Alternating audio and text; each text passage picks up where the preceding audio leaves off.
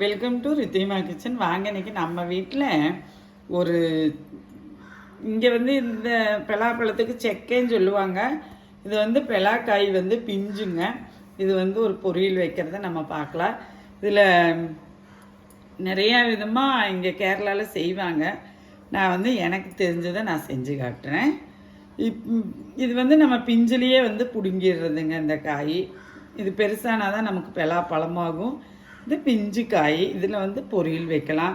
நம்ம கடப்பிலாக்காய் வேறு, இது வேறு. இது நம்ம சாதாரண பலாப்பழத்தோட காய்.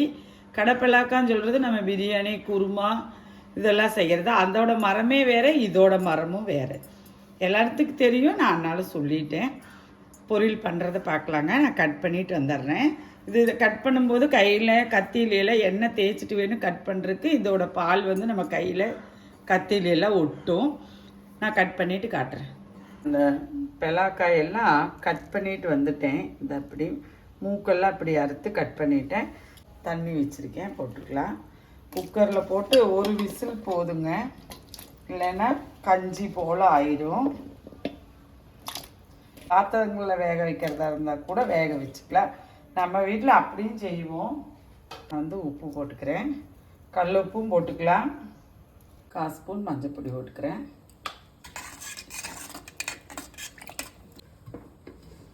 நிறையா விதமாக வைக்கலாங்க. நம்ம வீட்லேயே ஒரு 4-5 விதமாக வைப்போம். நான் வைக்கும்போதெல்லாம் வீடியோஸ் போடுறேங்க. ஒரு விசில் விட்டு எடுத்துருவோம். ஒரு 15 சின்ன வெங்காயத்தை நான் நைஸாக கட் பண்ணி போகிறேன். அதே மாதிரி ஒரு 10 பல் பூண்டு, அதையும் நம்ம தட்டிட்டு வந்துடுவோம். வந்துட்டு பார்க்கலாம். பாருங்க, நான் ஒரு விசில் வந்துடுச்சு. விசில் அமர்ந்துருச்சு பாருங்க. காய் நல்லா வெந்திருக்கு. இதை நம்ம தண்ணியை வடிச்சிட்டு ஆற விட்டுட்டு, நம்ம இப்படி கை வச்சு நசுக்குனாலே அப்படி உதிரி உதிரியாக வரும் பார்த்தீங்களா? அப்படியும் செஞ்சுக்கலாம்.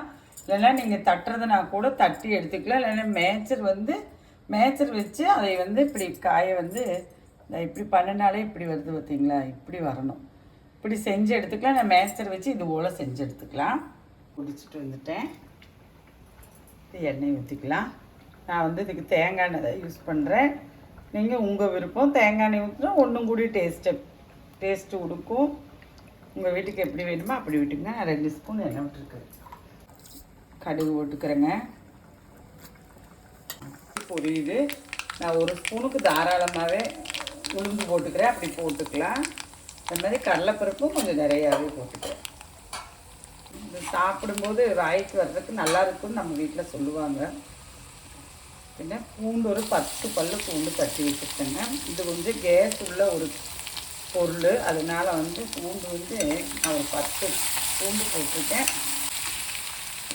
வணக்கிட்டேன். அது மாதிரி சின்ன வெங்காயம் நல்லா ஒரு 10 சின்ன வெங்காயம் பொடியாக கட் பண்ணி வச்சுருக்கேன். அதுலேயே கருவேப்பிலும் 2 வச்சு போட்டுட்டேன்.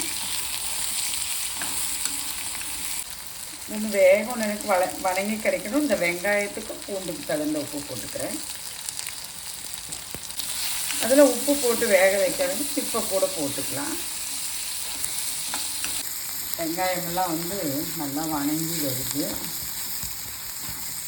இதுலேயே 2 வரமிளகா போடுறவங்க கூட போட்டுக்கலாம். நான் போடலை. நான் பொடி போடலாம். நான் இந்த காய்க்கு 1/2 ஸ்பூன் வரமிளகா பொடி போட்டுக்கிறேன். அடுப்பை சிம்மில் வச்சுட்டேன். இந்த சில்லி ஃப்ளெக்ஸ் நான் ஒரு 1/2 ஸ்பூன் போட்டுக்கிறேங்க. இப்போ நம்ம அந்த காய் போட்டுக்குவோம்.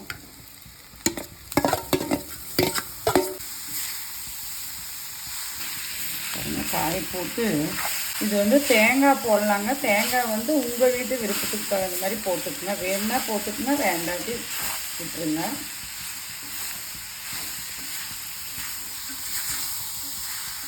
இப்போலாம் இந்த காய் எல்லா பக்கம் கிடைக்குதுங்க. இந்த மாதிரி செஞ்சு சாப்பிடுங்க, ரொம்ப நல்லாயிருக்கும். நான் ஒரு 2 ஸ்பூன் தேங்காய் போட்டுக்கிறேன். இது உங்கள் விருப்பம், வேணுன்னா போட்டுக்கலாம். அது மாதிரி ஒரு 5-6 கொத்தமல்லி எல்லாம் கொத்தமல்லி 2 கொத்து போட்டுட்டேன். எனக்கு இது இரும்பு சட்டிங்க.